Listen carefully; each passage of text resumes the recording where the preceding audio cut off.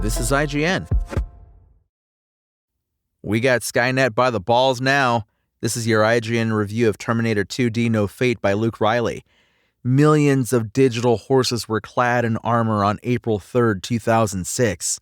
The survivors of this phenomenon called this downloadable content purchase a microtransaction. They lived only to face new nightmares, season passes, live service models, always online single player, loot boxes, pay to win, ship now, fix later patches, and more. Make no mistake, the team at Terminator 2D No Fate developer Bitmap Bureau has seen this future, and they clearly don't like it. As such, Terminator 2D is an unapologetically nostalgic side-scroller, specifically designed to send players directly back to the 16-bit era of the 90s to experience the greatest T2 game we never played. Exceedingly short by modern standards, but brimming with love for James Cameron's indisputable sci-fi classic, Terminator 2D is part time machine, part uncommonly terrific movie tie-in. In an insane world, it's the sanest choice. Terminator 2D's main story mode, which follows the events of T2 with a few expanded diversions, takes roughly an hour to complete successfully. However, it took me a few runs to actually achieve this. Admittedly, this is incredibly short by contemporary standards, but it's nonetheless authentic to an era where a game's perceived girth was significantly inflated by the amount of times you needed to play through nearly the entire thing in order to reach the end. This philosophy feels pretty heavily baked into Terminator 2D, and even though I no longer have the time, the patience, or the sugar-enhanced reflexes of a 12-year-old with no job, I do respect the format. Sure, burning through my continues on an encounter I didn't quite understand immediately was frustrating, and needing to start all over again is never fun. However, pushing past punishing sections that gave me grief on previous playthroughs is undeniably rewarding. I only wish you weren't limited to accumulating a maximum of just 9 continues. Whenever you have 9 in the bank, any further ones you collect are converted to bonus points instead. Failing on the last level does sting a little harder knowing I could have easily had a few more cracks at it. On account of Terminator 2D's modest length, I'm hesitant to drill down too specifically on how and when it shifts up its various mechanics, because encountering and learning this stuff for yourself is really all part of the process.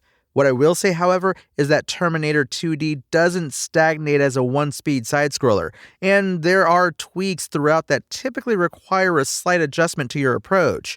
That is, one moment, you might be cutting a plasma-fueled path through a Skynet-ravaged future in an overly Contra-inspired run-and-gun action section, and the next, you're sneaking through the Pescadero State Hospital for the criminally insane, engaging in mild stealth and hiding from the T-1000.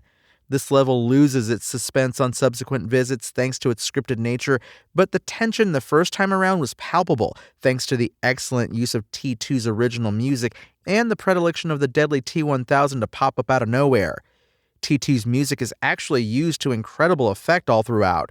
It essentially does all the heavy lifting in terms of atmosphere in the absence of voice acting, with the dialogue relayed through on-screen text.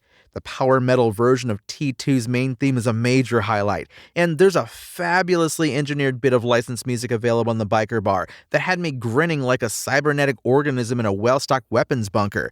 Just be sure to punch that jukebox. Happily, Terminator 2D is as fabulous to look at as it is to listen to. Its pixel art isn't just brilliantly handsome either, it's also silkily animated.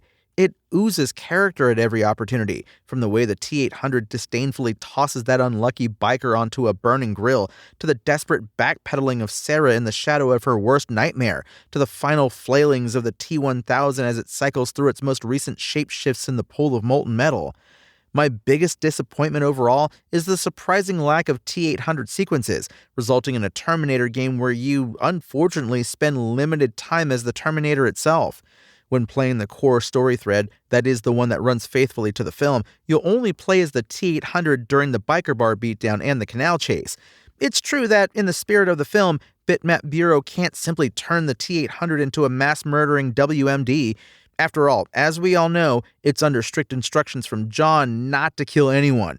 As regularly as 90s movie tie-ins colored outside the lines, present company included, it would have been quite discordant to have the Terminator arbitrarily massacre his way through a few levels. Terminator 2D No Fate is totally committed to being an unflinching homage to the 16-bit era. This brings with it an extremely brief runtime, and I'm unconvinced the supplementary modes developer Bitmap Bureau has injected are going to be enough to have me guarantee I'll be back, but it can't be understated just how much it succeeds as a wonderfully realized tribute to one of the single greatest movies ever made. It arguably underutilizes its supreme asset in the titular Terminator itself, but it's otherwise a consistently entertaining and rewarding time capsule punctuated with pitch-perfect music, exquisite pixel art, and brilliant Easter eggs. Terminator 2D No Fate isn't just the best Terminator 2 game ever, it may just be the best way to revisit the 90s this side of hitching a ride to the past in a ball of electricity with your junk out. Trust me. Terminator 2D No Fate's IGN score? 8 out of 10. Thanks for listening to IGN. My name is Tony Jackson, and for the latest Terminator 2D No Fate updates, visit us at IGN.com. Spoken Layer.